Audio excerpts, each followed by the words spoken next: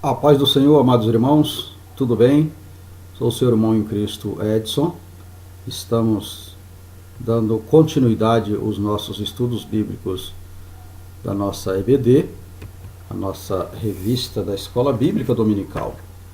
Nós estamos estudando nesse trimestre, a nossa revista nos traz o título Valores Cristãos, enfrentando as questões morais de nosso tempo. A nossa lição desse trimestre, a nossa lição desta oportunidade é a lição de número 10, do dia 3 de junho de 2018, segundo trimestre do ano de 2018.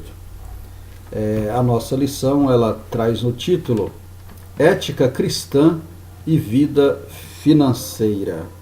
É uma lição um pouco complexa de ser aplicada, mas com a graça de Deus vamos estar aqui ministrando esta videoaula para os nossos queridos alunos e professores aí da Escola Bíblica Dominical. Essa lição, ela é um apoio aí em meio a inúmeras lições que tem aí no YouTube, né?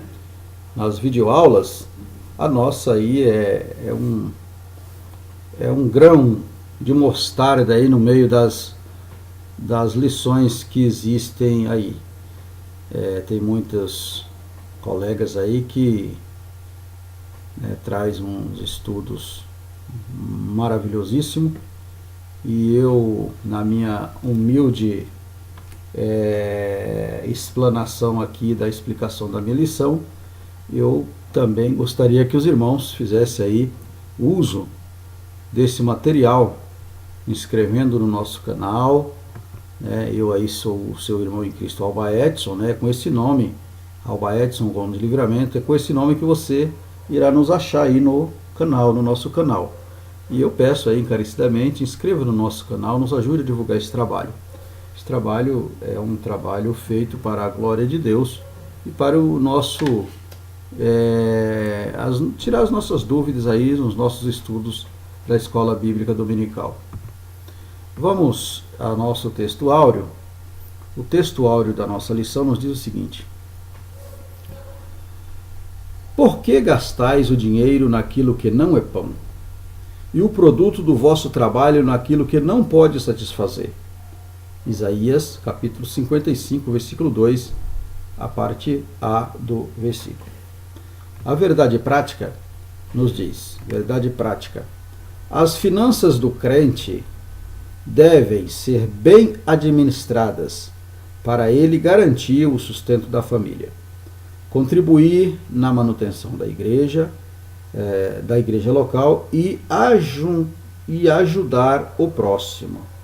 Então, mais uma vez, eu gostaria aqui de frisar aqui que esta explicação aqui não só para o crente, né, mas para todos, né, deveria ser assim, né? Quando fala as finanças do crente, as finanças do povo, né, em geral, devem ser assim bem administradas para garantir o sustento da família, né? Contribuir na manutenção da igreja. Todos nós pertencemos, quem quer que seja, pertence a um local onde é tido como e é espiritual, né? Mas nesse caso aqui é para nós, crentes da igreja de Jesus Cristo, tá certo? Então é isso. E também ajudar o próximo, né, irmãos? O próximo, cada um deve ajudar o próximo. O nosso próximo merece, é o nosso semelhante, merece de ajuda, né? Então você pode ajudar o próximo, independente de ser cristão ou não, né? Você pode ajudar aquele que precisa. Você deve estender as mãos para estas pessoas. Então, muito bem. A nossa leitura bíblica em classe, ela se encontra no livro de 1 Crônicas, no capítulo 29, versículo 10 ao 14. E também 1 Timóteo, capítulo 6, versículo 8 ao 10. Não vou estar fazendo a leitura a leitura bíblica em classe. Aconselho que você faça, dá uma pausa no teu vídeo aí, faça essa lição, caso não tenha sido feito ainda, né? Porque é de proveito para o nosso entendimento aqui na nossa aula. Ela faz parte, compõe aí o raciocínio da aula. Muito bem. O objetivo específico, temos aí 3 objetivos específicos da nossa lição, onde o nosso primeiro objetivo específico é de apresentar uma teologia para a vida financeira. E quero deixar claro aqui que nós não estamos aqui trazendo aqui a teologia de prosperidade. Não é isso que nós vamos estar ministrando aqui. Nós vamos estar ministrando na nossa aula o que a Bíblia fala a respeito de finanças e a respeito de condição, né, de sobrevivência em relação ao trabalho, em relação às coisas honestas de ganhar a vida, ganhar o pão. Segundo subtópico aí, compreender a importância de se fazer uso de meios honestos para ganhar dinheiro. Então, vamos estar comentando como que qual é a importância de fazer uso de meios honestos de ganhar dinheiro. Então, nós vamos compreender isso. Terceiro subtópico, discutir a forma correta de se empregar o dinheiro, né? Discutir a maneira correta de se empregar o dinheiro. Muito bem. Aqui eu tenho aqui a opinião do professor, como de costume. Não vou também ler, gostaria que você lesse, desse a sua opinião, né? Aqui, embora tenha referências bíblicas aqui sobre esta opinião do professor, mas você coloca aí, fala a tua opinião, leva isso para a sala de aula, discute com os seus alunos e vai ser uma bênção na vida de cada um, tá? Muito bem. A introdução da nossa lição nos diz o seguinte: o Senhor é a fonte de toda riqueza, e tanto a prata quanto o ouro pertence a Ele. Ageu, capítulo 2, e o versículo 8. Né? Aqui lá nessa referência você vai ver onde o Senhor fala que dele é a prata e o ouro, e pertence a Deus. Então, está no controle de Deus. Deus é o controlador e é dono de todas as coisas. Nós temos que submeter a Ele. É dele que provém todas as coisas. É Deus que provê o sustento para o ser humano.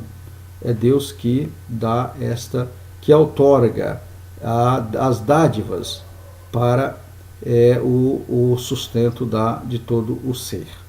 Né? É Ele que é dono de todas as coisas. Temos que pôr na nossa cabeça isso. Muito bem. Aí nós temos aí nessa primeira imagem, onde diz mordomia dos recursos. Diz lá em Ageu: minha é a prata, meu é o ouro, diz o Senhor dos Exércitos. Ao Senhor pertence a terra e tudo que nele se contém, o mundo e os que nele habitam. Salmo 24, 1. E disse: nu saí do ventre da minha mãe e nu voltarei. O Senhor o deu, o Senhor o tomou. Bendito seja o nome do Senhor. Jó, capítulo 1, versículo 21. Conhecemos muito bem essa passagem bíblica, onde, né, Jó, ali reconhecendo, né, a soberania divina, a soberania do Senhor, após a sua esposa, né, dá um intimato para que ele abandonasse o Deus dele e morresse.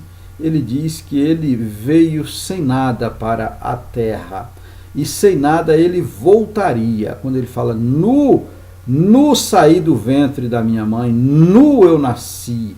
Então ele diz assim, olha, o Senhor deu, o Senhor tomou, bendito é o nome do Senhor. Então ele está glorificando a Deus, porque de Deus pertence todas as coisas. Conhecemos a história de Jó, sabemos que Jó, por fazer o bem, ele retribuiu, o Senhor Deus deu tudo ao dobro do que ele tinha novamente para Jó, porque é dele todas as coisas.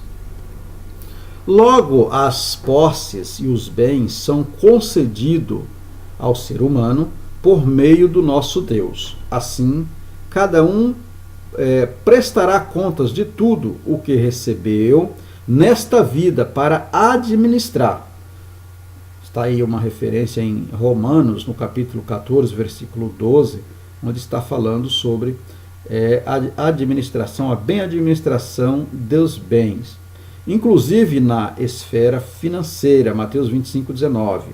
Nesta lição, veremos como podemos gerir melhor as nossas finanças. Então, como eu disse, essa lição tem o propósito de mostrar aqui para nós, à luz da Bíblia, como nós devemos, fazer uso dos nossos bens, os nossos bens materiais. Como sabemos que não é nenhum pecado ter bens, ser aí abastado aí, você pode ter suas economias, fazê-las e ter posse, mas precisamos saber como administrar estas posses e como como que elas vão representar na esfera espiritual de cada um. Isso é importantíssimo, ter esse controle. Então nós vamos estar aqui ao longo da lição falando a respeito desses assuntos. Muito bem. Nosso primeiro tópico aí vai tratar de uma teologia para a vida financeira. Vamos estar comentando aqui, nós temos 2 subtópicos. Vamos falar da vida financeira equilibrada e o perigo no amor do dinheiro.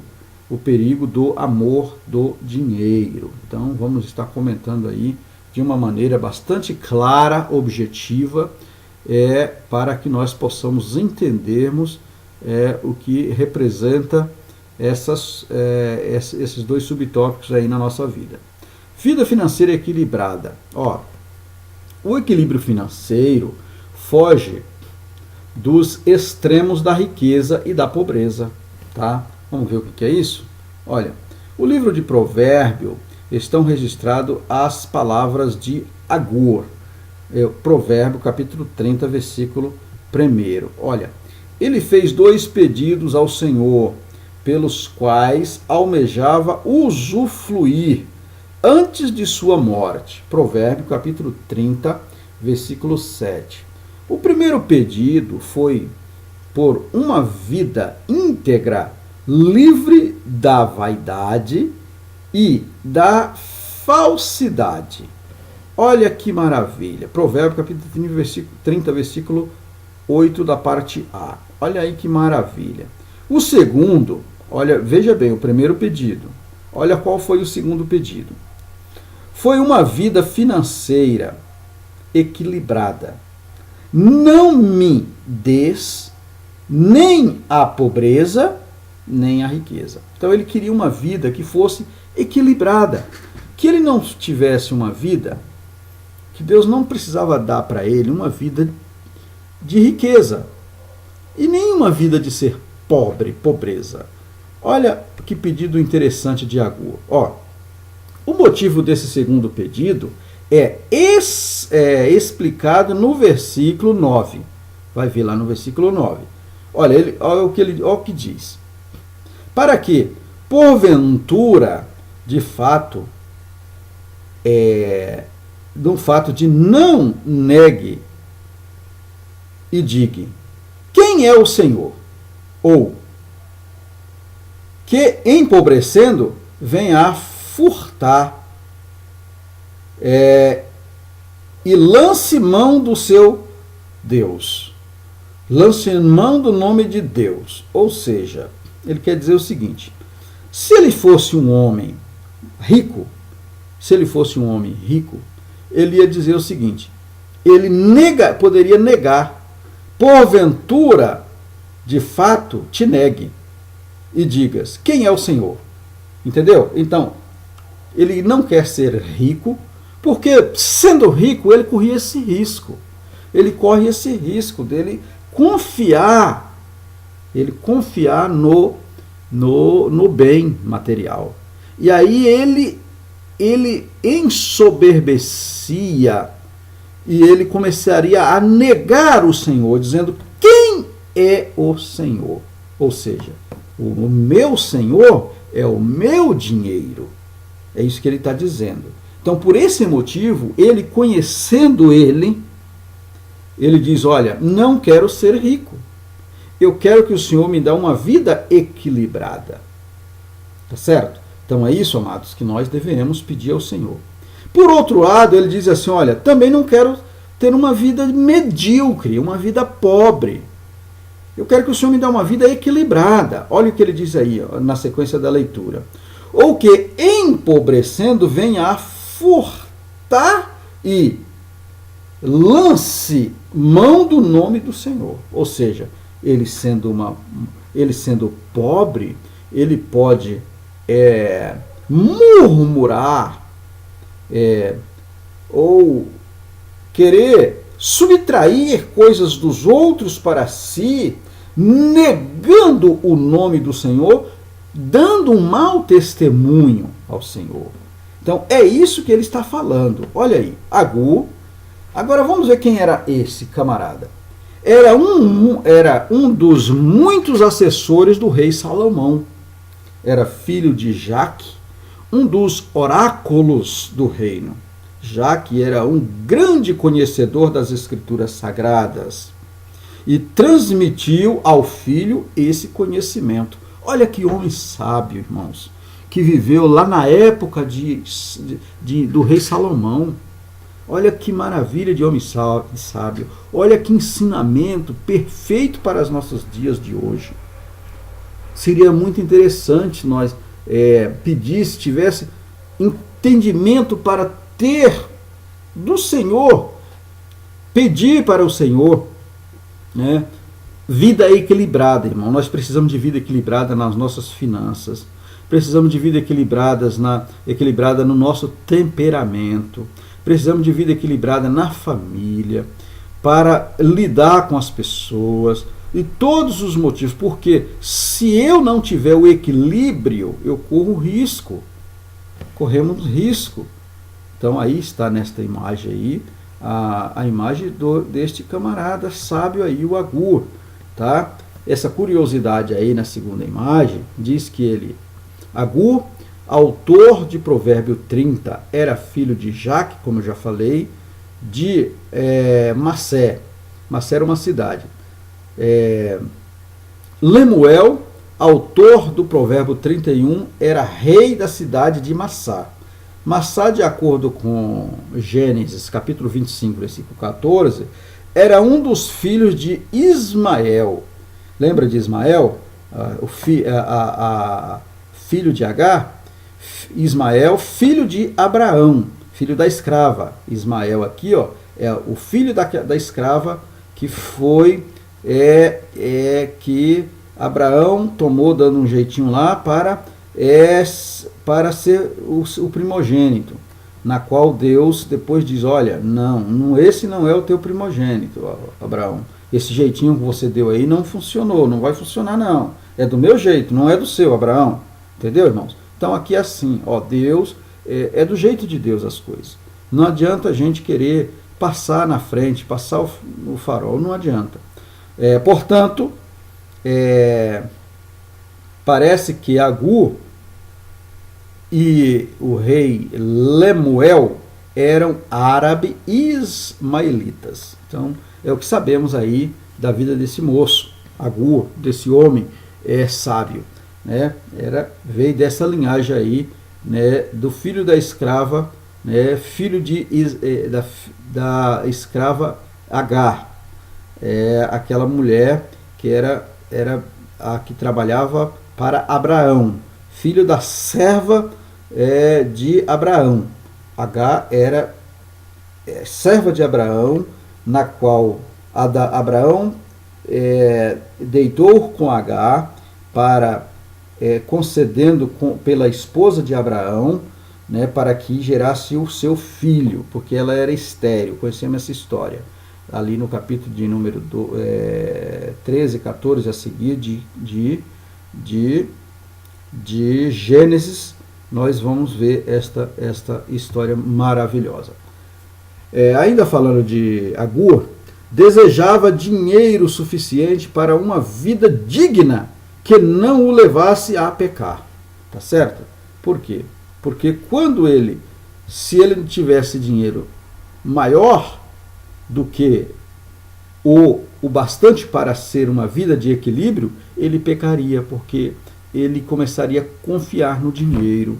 É isso, amados, que muitas pessoas confiam no dinheiro. Por isso que o Senhor Jesus diz, olha, que é mais fácil um camelo passar no fundo de uma agulha do que um rico herdar o reino de Deus. Ele não está dizendo que é impossível de um rico herdar o reino de Deus. Não é isso que ele quer dizer. Ele está dizendo que é difícil, porque geralmente os ricos confiam no dinheiro e não confiam em Deus. Não confia no Senhor, não confia na providência de Deus, mas confia no dinheiro. Então é isso. Então Agur, conhecendo isso, ele diz, olha, não quero ser rico, eu não quero ter riqueza, eu quero ter uma vida equilibrada. Eu peço a Deus, eu peço ao Senhor que me dê uma vida de equilíbrio, na qual eu tenha o suficiente, olha, desejava dinheiro suficiente para uma vida digna que não levasse a pecar. Então, é isso que devemos pedir ao Senhor.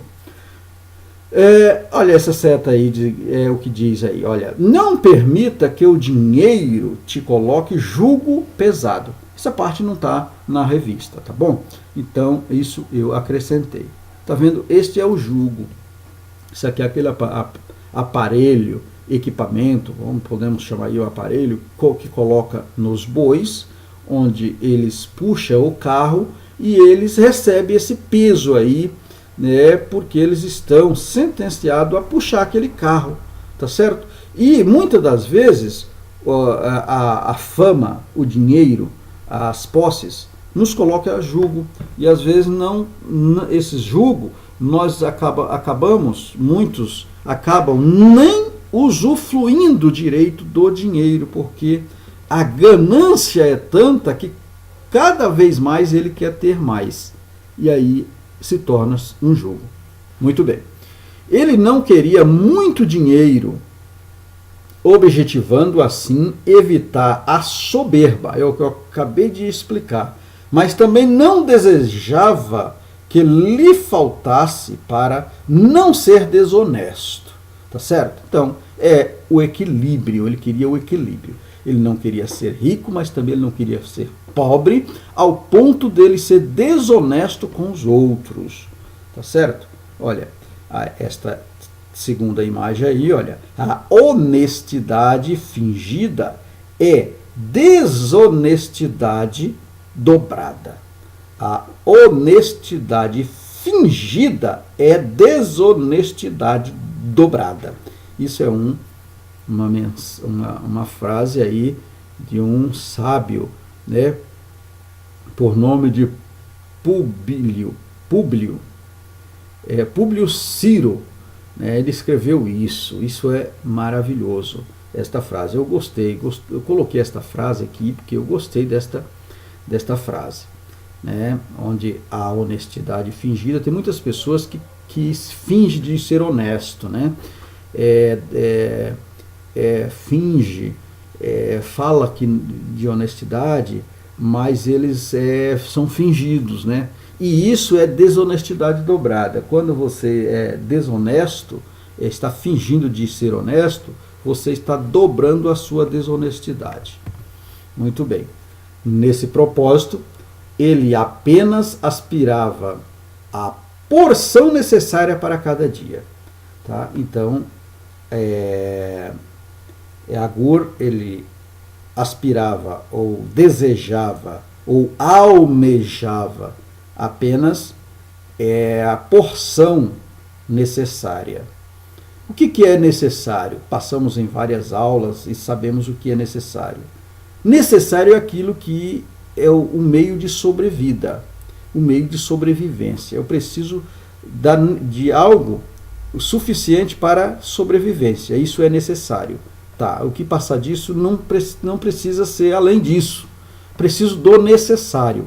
Olha, uma necessidade básica para a vida é a água. A água é uma necessidade básica. Vive sem água? Não vive. Então, é necessário. Então, é isso, amados. A necessidade. Muito bem. Foi exatamente isso que Cristo nos ensinou a pedir. O pão nosso de cada dia nos dai hoje. Mateus, capítulo 6, versículo 11. Ele pede o pão, Cristo aqui, ó. Dai hoje, Senhor, o pão nosso de cada dia. Cada dia nos dá o pão. Cada dia. Então, basta este pedido. Muito bem. Segundo subtópico.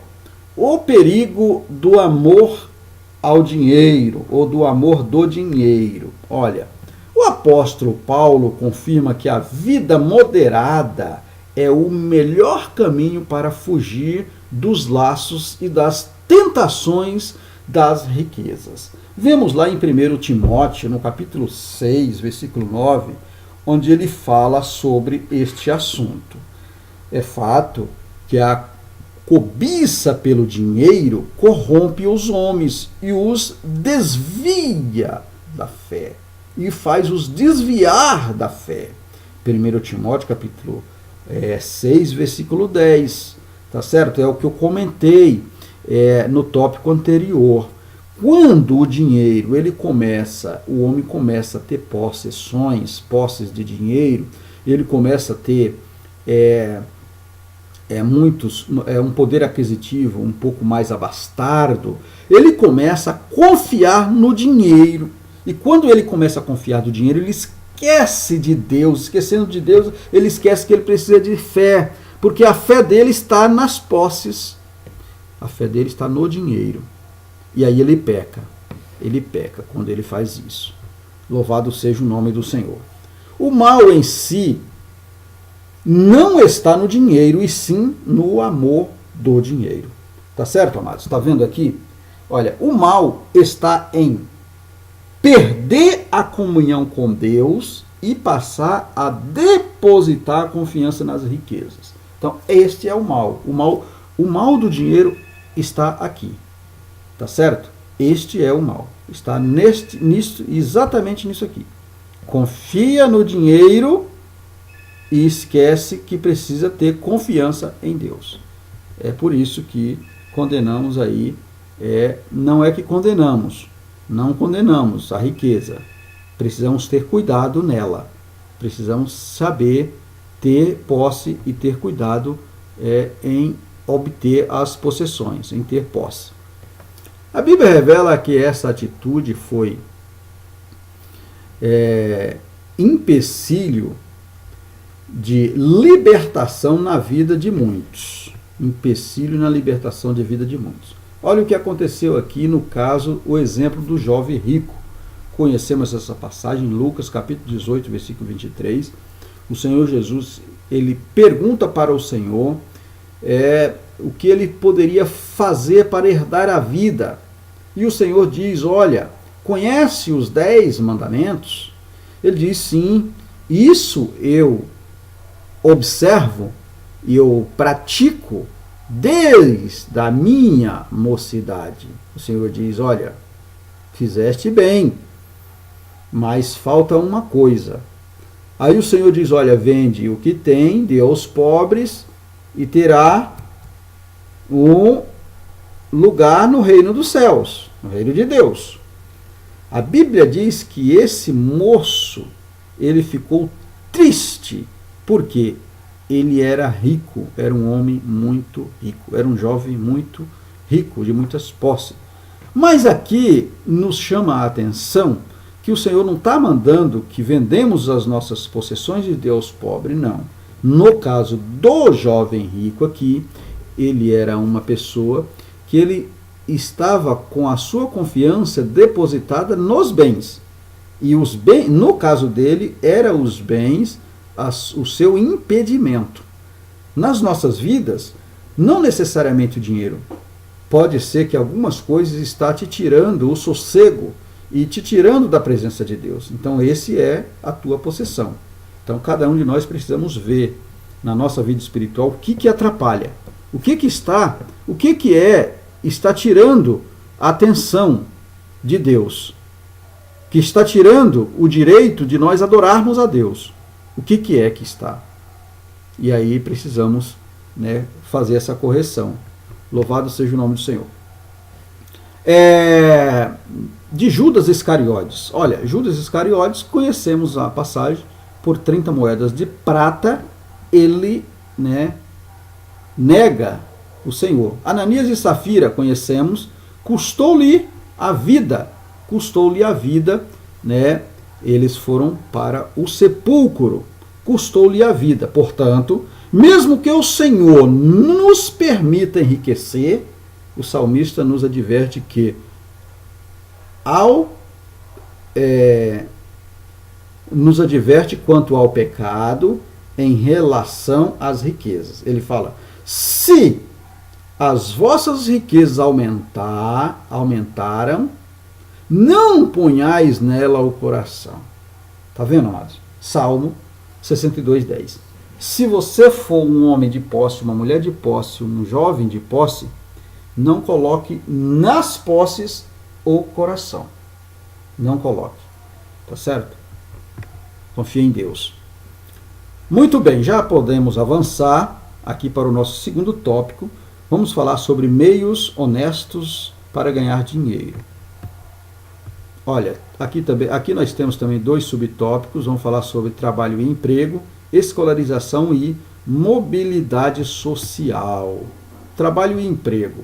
Olha, desde a queda do Éden, no Éden, o homem precisa empregar esforços para obter os bens que necessita para sobreviver. Então, isso está dizendo o seguinte, vamos refletir aqui. Desde quando o mundo é mundo, desde lá do Éden, da queda do homem, foi dado para o homem que, a partir daquele momento, ele precisa de empregar esforços para obter os bens que necessita para a sobrevivência, que ele necessita para sobreviver, para dar um bem-estar para ele e para a sua família. Então, esse é o método, existe este método de emprego, de trabalhar. Tá certo? Disse Deus: do suor do teu rosto comerás o teu pão. Esse foi a ordenança de Deus em Gênesis capítulo 3, versículo 19, a parte A do versículo. E aqui nós vemos nesta imagem aí o método do homem sobreviver. Esforço do trabalho. E nós vamos explicar, seja ele qual for, é pelo trabalho. É pelo trabalho. Tá certo? Assim, o trabalho passou a ser um meio legítimo para prover o sustento humano. Então, o trabalho. É trabalhando que provê o sustento humano. Olha, o Senhor Jesus ensinou que digno é o trabalhador do seu salário. Ele estava falando aqui sobre, no meio evangelístico. E digno é o trabalhador do seu salário em qualquer situação. Digno é o trabalhador do seu salário. Tá? Lucas capítulo 10, versículo 7. Tá certo? Quando escreveu aos Tessalonicenses, Paulo enfatizou que o trabalho é um meio digno de ganhar dinheiro. 1 Tessalonicenses, capítulo 2, versículo 9. Olha, aqui nós temos essa pirâmide, onde nós temos aqui, como eu falei, seja no parágrafo anterior, olha, seja qual for o trabalho, ele é por ele que virá o sustento, o meio digno de ganhar dinheiro. E o apóstolo Paulo diz isso. Olha, nessa pirâmide nós temos aqui, lá no topo da pirâmide, nós temos ali um tipo de profissional. Logo abaixo nós temos profissionais que está dizendo ali, profissionais técnicos. Temos os patrões em cima, aqueles que operam a empresa, digamos assim, embaixo, e mais abaixo nós temos os trabalhadores qualificados, aqueles que qualificam, que dê ordens para a funcionalidade de uma empresa. E nós temos aqui, na base, embaixo, nós temos a mão de obra menos qualificada. Seja ela qual for, é lógico que temos aí salários altos, médios, medianos e baixos, mas este é o método de ganhar dinheiro, de ganhar sustento. É no trabalho, é trabalhando, não tem outra maneira. Tem outras maneiras, mas os métodos perfeitos, dignos, são esses. Porém, no ênfase de obter o seu salário, o cristão não pode envolver-se com meios ilícitos ou criminosos, nem tampouco explorar ou extorquir seu semelhante. Está vendo aqui? E aqui nos dá aqui uma alusão, assim como existem outros métodos, tá certo? Mas, como cristão, como homem digno, eu não devo envolver nestes meios ilícitos. Não tenho que me envolver nesses meios ilícitos e criminosos, ou explorando ou extorquindo o outro. Tá certo? Amós 2,6 é uma referência. Então, amados, aqui nós temos a dignidade, a ética cristã nas finanças. Isto é a ética. A ética do cristão é isso. Não devemos nos envolvermos em meios ilícitos ou criminosos, seja ele qual for. Não devemos. Não devemos. E nem tampouco extorquir pessoas, explorar pessoas. Se um dia de trabalho custa um determinado valor, se ele custa X mais Y, eu não devo explorar só porque a pessoa é necessitada, está precisando. Eu não devo pagar X, eu tenho que pagar X mais Y, independente como for. Muito bem. Aqui nesse caso, essa primeira imagem, esse camarada aqui, ele diz, olha, eu obtendo o sucesso, eu resolvendo o meu problema, que me importa o outro? Ele abre as suas mãos assim, como dissesse assim, não tenho eu nada a ver com isso. Tá certo? Não é verdade. Esta imagem é negativa, isso não pode acontecer conosco. Então, repugnamos isso. Isso não pode acontecer. A responsabilidade individual de trabalhar para o próprio sustento é tão relevante que a Bíblia condena o preguiçoso e ainda assevera: se alguém não quiser trabalhar, não coma também. Segundo Tessalonicenses, capítulo 3, versículo 10. Então, amados, é isso, né? O preguiçoso, em Provérbio, capítulo 21, versículo 25, se não me falha a memória, e versículo 22, capítulo 22, versículo 23, está dando uma referência lá sobre a formiga. O Senhor diz assim, olha, vai ter com a formiga, ó preguiçoso. Por que com a formiga? Porque nós vemos que a formiga ela trabalha incessantemente para levar alimentos. Durante um período de tempo ela está no campo, ela se alimenta e no final do dia ela leva para a sua casa as folhinhas, para naquele período que ela não pode sair da sua casa, ela tem alimento lá para comer. Então, ela, ao mesmo tempo que ela está comendo, ela está trabalhando, prevendo o futuro, porque vai ter um tempo que vai estar chuvoso, ela não vai poder sair para comer, para trabalhar. Então, ela tem dentro de casa. Então, o Senhor é ali o sábio ali do provérbio, né? De Provérbios, ele diz assim, olha, para que o preguiçoso vai ter com a formiga? Bendito seja o nome do Senhor. Vamos falar aí sobre modalidade social, escolarização e modalidade social. Olha, a sociedade é formada por classes sociais, tá certo? Qualquer sociedade, ela é formada por classes sociais. É pelas classes sociais que são feitos estudos, onde pesquisas são feitas e daí são tiradas, né, as condições financeiras e o desenvolvimento de um país e de uma nação, através das classes sociais. Olha, classe social. Com a ascensão do capitalismo, as classes sociais foram divididas em 3 níveis. São elas baixas, média e alta. E nessa pirâmide você pode ver aí que nós temos uma classe em cima, lá no topo, de bilionários. Temos a segunda classe de ricos, a terceira classe média alta e a quarta classe média, a quinta classe média baixa, a penúltima, a classe pobre, e a última classe, a primeira da pirâmide de baixo para cima, é aqueles que estão abaixo da linha de pobreza. Então, isso aqui, amados, isso aqui é que classifica uma sociedade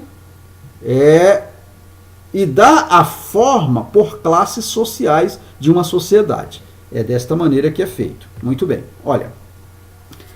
Então, a possibilidade de um cidadão trocar de classe é denominada mobilidade social. Vamos ver como que é isso. Olha, um dos meios possíveis para isso é a escolarização, ou seja, a educação acadêmica. Tá certo, amados? Então, para mudarmos de classe social, precisa desta escolarização, de uma educação acadêmica. Você precisa estudar, precisa buscar um recurso para mudar. Quando você entra numa empresa e você almeja um cargo, você diz assim, olha, se eu tivesse o tal estudo assim, eu já era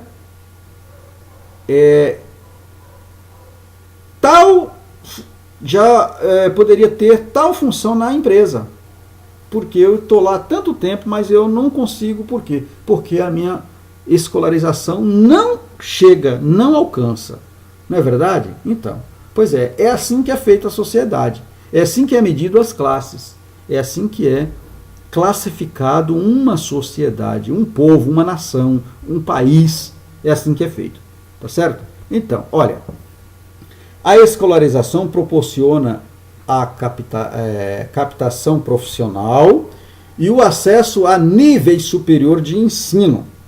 Os que alcançam maior escolarização possuem maiores possibilidades de encontrar emprego com bons salários.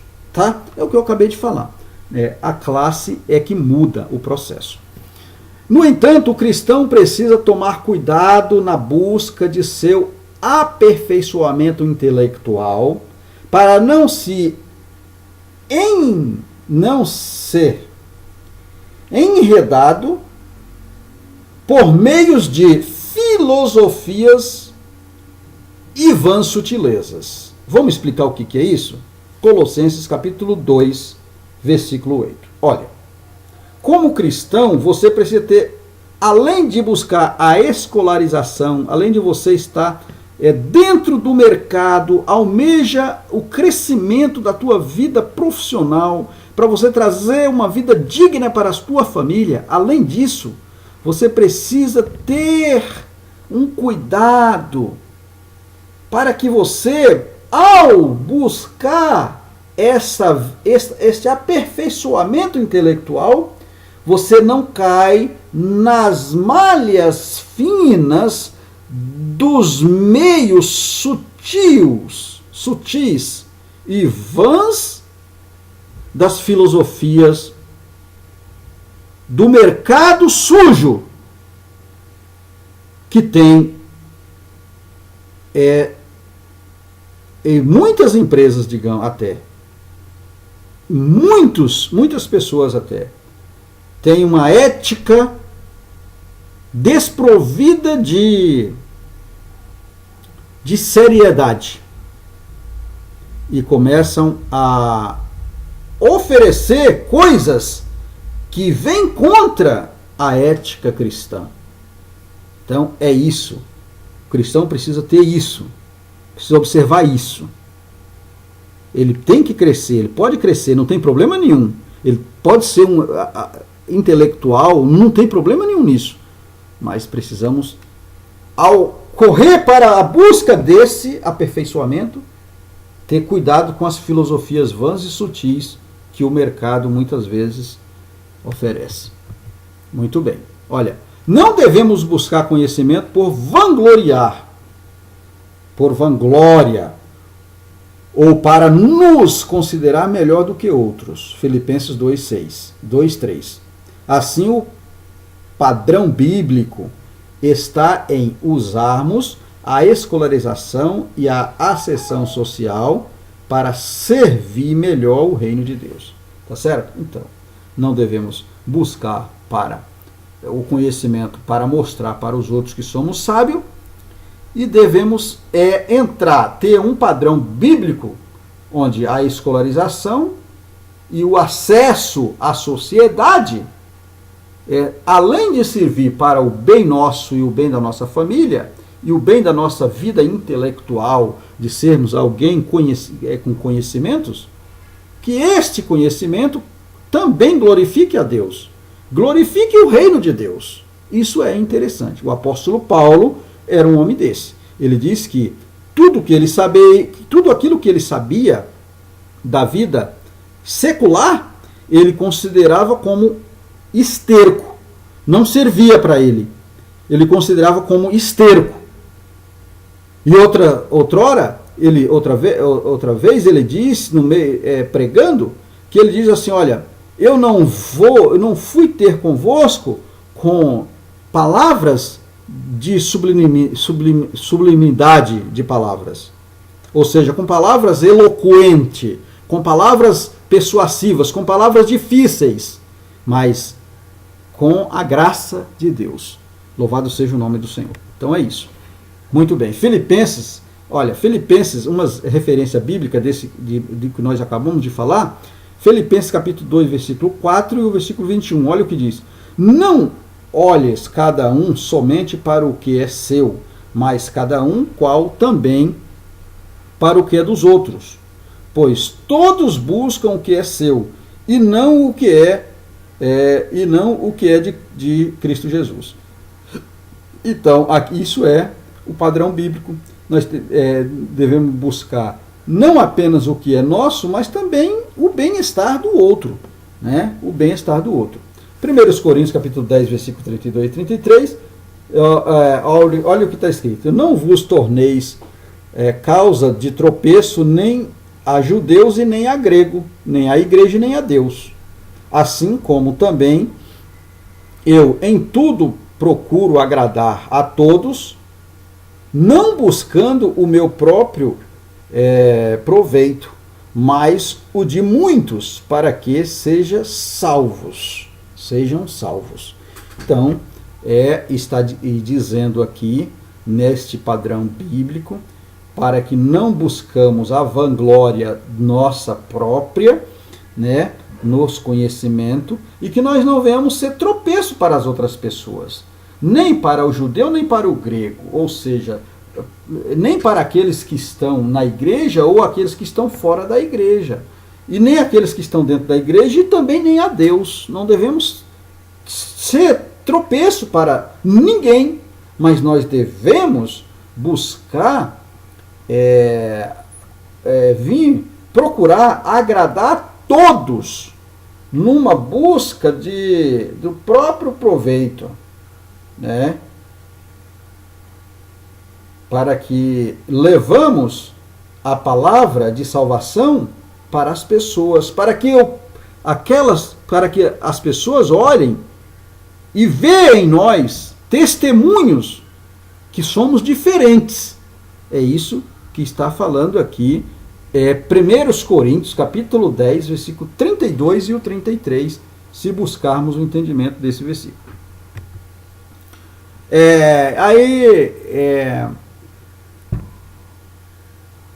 E coloquei aqui alguns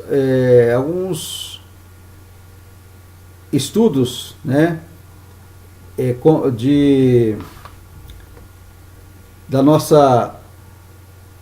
de subtítulos aqui, que nós colocamos o seguinte: olha, em primeiro lugar, as Escrituras diz que nossos esforços no trabalho são capazes de glorificar a Deus, tá? No trabalho, tem que ser capaz de glorificar a Deus. Segundo lugar, é relacionado o primeiro ponto. Seja o que for que façamos nesta terra, incluindo o nosso comportamento no trabalho, será um testemunho para as outras pessoas, que eu acabei de falar aí na nossa explicação anterior. Tá? Além do primeiro, esse segundo lugar aqui, além do primeiro, que em primeiro lugar, as Escrituras diz que temos que nos esforçar no trabalho para glorificar a Deus, é relacionado ao primeiro ponto, ou seja, o que façamos nesta terra inclui o nosso comportamento também no trabalho, de sermos testemunhos para outras pessoas.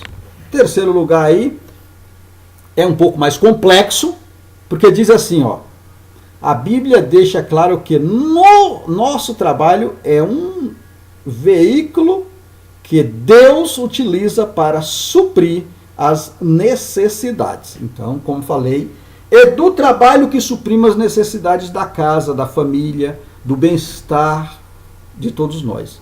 Olha, o seu intento é que a nossa produtividade nos traga recompensa significativa, tanto tangíveis como os intangíveis. O que é isso?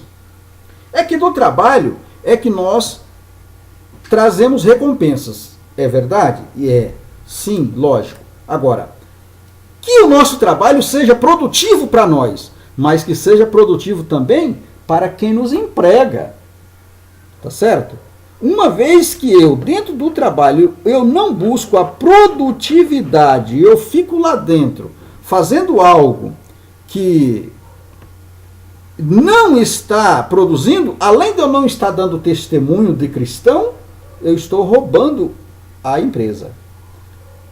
E isso é que está explicando aqui. Olha, o seu intento é que a nossa produtividade nos traga recompensas significativas, tanto tangíveis como intangíveis. Tá? Tanto para mim quanto para a empresa, ou o meu patrão. Olha, em seu plano, a preguiça e a falta de produtividade resultam naturalmente em necessidades. Tá? Então, há uma necessidade da produção e há uma necessidade de quem me emprega da minha produtividade. Caso contrário, eu não posso estar naquele lugar, naquele recinto. Deus quer que estejamos em uma posição tal que possamos desfrutar dos resultados do nosso trabalho. Tá certo? Temos que desfrutar, sim, dos resultados do nosso trabalho. Temos que sentar na nossa mesa, na nossa casa, nos possuirmos aquilo que tomamos posse, que compramos, e usufruir. Dizer assim, olha, vamos desfrutar, porque foi do suor do meu trabalho, isso foi suado, eu comprei com o meu dinheiro, com o meu trabalho. Eu não enrolei a minha empresa lá para adquirir isso aqui. Muito bem. Muito bem, amados. Agora vamos ao nosso terceiro tópico, que é um bastante tremendo, maravilhoso esse tópico. Terceiro tópico, vamos falar como administrar o dinheiro. Como administrar o dinheiro? Aqui nós temos 3 subtópicos. Vamos falar sobre fidelidade na casa do Senhor. Vamos falar sobre estabelecendo prioridades. E vamos falar sobre evitando as dívidas. É um tópico bastante apimentado, digamos assim. Mas é maravilhoso. Fidelidade na casa do Senhor. Olha, o que é fidelidade? Ter fidelidade na casa do Senhor. Olha, a boa administração financeira tem início com a fidelidade do cristão na entrega dos dízimos e das ofertas. Olha, na entrega dos dízimos e das ofertas. Dízimos e ofertas. Ó, o dízimo era praticado antes da lei. Gênesis capítulo 14, versículo 18 ao 20. Requerendo no período da lei, Malaquias 3, 7 e 10, e permaneceu em vigor na nova aliança, Mateus 23, 23, Lucas 11, 24. Olha, é mandamento da lei e da graça, da antiga e da nova dispensação. Olha aqui, o dízimo do evangelho. Olha esta imagem. Temos aí, olha, aqui embaixo nós temos, aqui no canto esquerdo da nossa imagem, temos aí o dízimo por ordenança. Olha, a lei e os profetas. Foi dado lá na lei e os profetas e as ordenanças, como que era feito como que era feito esse processo do dízimo. E aí lá diz que era bom. E qual era o valor? Era 10% do tudo que ganhava. Referência lá em Romanos, capítulo 7, versículo 12. Agora, no Evangelho, agora na graça, temos aqui, ó, pela fé. É pela fé. Olha, nós precisamos de ter fé para agradar e sermos perfeitos em tudo. Sermos perfeitos, sermos excelentes. 10% do que Deus nos concede, temos que dar ao Senhor, devolver. Entregar os dízimos significa devolver ao Senhor a 10ª parte de tudo, de todos os nossos rendimentos. Olha, temos aí nesta imagem, toda a parte vermelha é 90%, apenas 10% temos que devolver, porque é um meio de adorar, irmãos. Isso aqui é uma maneira de adorar a Deus. Quando nós estamos dizimando ou ofertando, nós estamos adorando a Deus com os dízimos. Isso vamos explicar aqui, ó. Olha, já a oferta é extra ao dízimo. A oferta é extra ao dízimo. Tanto um quanto o outro deve ser dado com alegria, amor, altruísmo e voluntariedade. Olha, esses 10% é uma maneira de adorar a Deus com a dízima, com a 10ª parte daquilo que temos, dos nossos rendimentos, daquilo que ganhamos. E fazendo isso, com o coração desprendido, voluntário, você está adorando a Deus. Isso aqui não é salvação, isso aqui é adorar a Deus. Você está adorando a Deus com agradando, você está dizendo ao Senhor, você está adorando a Ele porque Ele te proporcionou 100. Você devolve 10. Senhor, o Senhor me proporcionou 100. Eu devolvo 10 para o Senhor. Então isso foi dado lá no Antigo Testamento. foi dado como ordenança. Agora, hoje não é obrigatório, ninguém é obrigado, mas você dá por amor, você dá por ser voluntário. Nós ensinamos isso nas nossas congregações, que você precisa ter amor, você precisa amar para dizimar. Você tem que dar com alegria, não adianta você dar também dizendo que com arrependimento, não dê. Para se arrepender, não dê, mas dê com alegria. Dê que ele não vai te fazer falta, com alegria. Bendito seja o nome do Senhor. O sentimento que devemos predominar no coração do crente no momento que entregamos, no momento da entrega solene e da gratidão a Deus. O povo se alegrou com tudo o que se fez voluntariamente, porque de coração íntegro deram eles liberalmente ao Senhor. Também o rei Davi se alegrou com grande júbilo. 1 Crônicas, capítulo 29, versículo 9. Então, isso é uma maravilha. Estabelecendo prioridades. Olha, a Bíblia ensina que o dinheiro serve de proteção. Eclesiastes 7:12. Olha o que diz Eclesiastes 7:12. Olha. Porque a sabedoria serve de defesa. Como de defesa serve o dinheiro. Mas a excelência da sabedoria é que ela preserva a vida de quem a possui. Vamos explicar isso? Olha. Contudo, o dinheiro somente será uma bênção se a família souber administrar os rendimentos. Está vendo? Olha o que diz. Olha, o dinheiro é uma bênção, é proteção. A sabedoria serve de defesa, assim como o dinheiro serve de defesa, serve também de proteção. Mas a excelência, que não é o dinheiro, a excelência, que é mais do que a sabedoria, a excelência da sabedoria é que ela preserva a vida de quem a possui. Quem possui a vida, a excelência da sabedoria possui.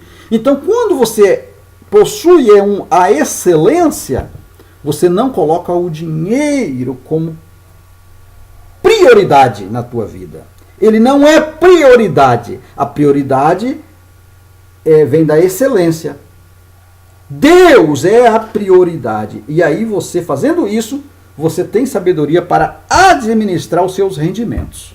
É isso que está falando aqui este parágrafo. Estipular prioridades e metas a ser atingidas é o caminho mais fácil para aplicar habilidosamente os recursos e evitar o desperdício. Então, quando nós estipulamos prioridades e metas para ser atingidas, fica fácil. Temos habilidades para administrar esse recurso. E aí nós evitamos uma série de problemas na vida. Desperdício, coisas mal utilizadas. E aí o administrador faz render o seu bem, o seu dinheiro, o seu salário. Por quê? Porque estipulamos prioridades e metas para ser atingidas. Muito bem. Terceiro subtópico, evitando as dívidas. Olha, a falha no relacionamento de prioridades provoca o endividamento. Tá certo? Se eu falhar no estabelecimento das metas, se eu não programar, se eu não colocar isso num cronograma direitinho, como elas devem ser seguidas, eu vou provocar um endividamento, porque eu não tenho planos. Eu não programo as coisas, eu faço na louca, do jeito que vai vindo, eu vou comprando, e vou fazendo, e vou estocando, e vou fazendo. Então, é isso. Aí o que acontece? Vai chegar uma hora que eu vou comprar coisas que eu já tenho, que eu não preciso. E aí eu vou endividar. Quando a família não planeja suas compras, acaba por contrair dívidas acima de tudo, acima de suas posses. Assim o lar passa a sofrer privações e se torna refém de credores, né? O que toma emprestado é servo do que empresta. Se tornamos refém de credores, tá certo? E aí um homem refém de credor é uma coisa que só nos leva ao prejuízo. Olha, o comprometimento da renda familiar acarreta uma série de outros prejuízos, tais como impaciência, nervosismo e desavença no lar. Para evitar essas desagradáveis situações, é aconselhável comprar tudo à vista, não ser fiador de estranhos, fugir de agiotas e aí vai. Então é isso, meus amados. Precisamos ter esses cuidados na nossa vida. Muito bem, agora chegamos aí à nossa conclusão, onde vamos concluir o seguinte: o cristão deve trabalhar honesto e diligentemente para suprir o sustento da sua família. E mais uma vez eu digo aqui, não só o cristão, como toda a sociedade. Todo mundo tem que trabalhar honestamente. Infelizmente, não é assim. Infelizmente, até no meio cristão nós vemos pessoas usando aí a desonestidade para levar vantagem. Mas não é por falta de ensinamento. Temos aí na nossa esta aula maravilhosa, porque para nós aprendermos aí a lidar com essa situação. Ele deve administrar bem seus recursos a fim de não pecar contra Deus e não expor a sua família ao vexame moral e privações. Tá certo? Então, quando as coisas acontecem aí erradas, né, no meio de uma família, traz imoralidade para a família, né? A família sofre moralmente e passa, né, vergonhas, né? Passa aí privações onde não deve passar. Por isso, como cristão, devemos evitar essa situação e além de nós pecarmos contra Deus, né? Devemos, em primeiro lugar, confiar em Deus, que Deus suprirá todas as nossas necessidades.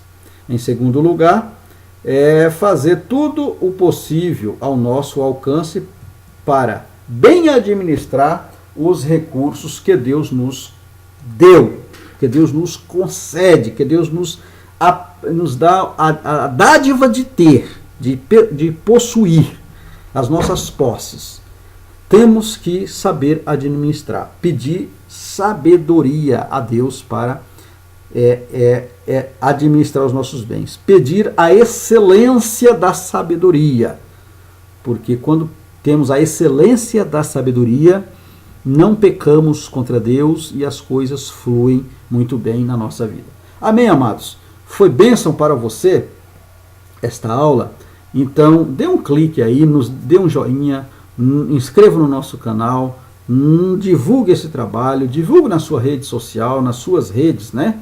Hoje a maioria das pessoas tem aí mais de uma. Então, divulgue esse trabalho para a glória de Deus. Que Deus em Cristo abençoe. Até a próxima aula, se assim o Senhor nos permitir. Amém? Que Deus abençoe.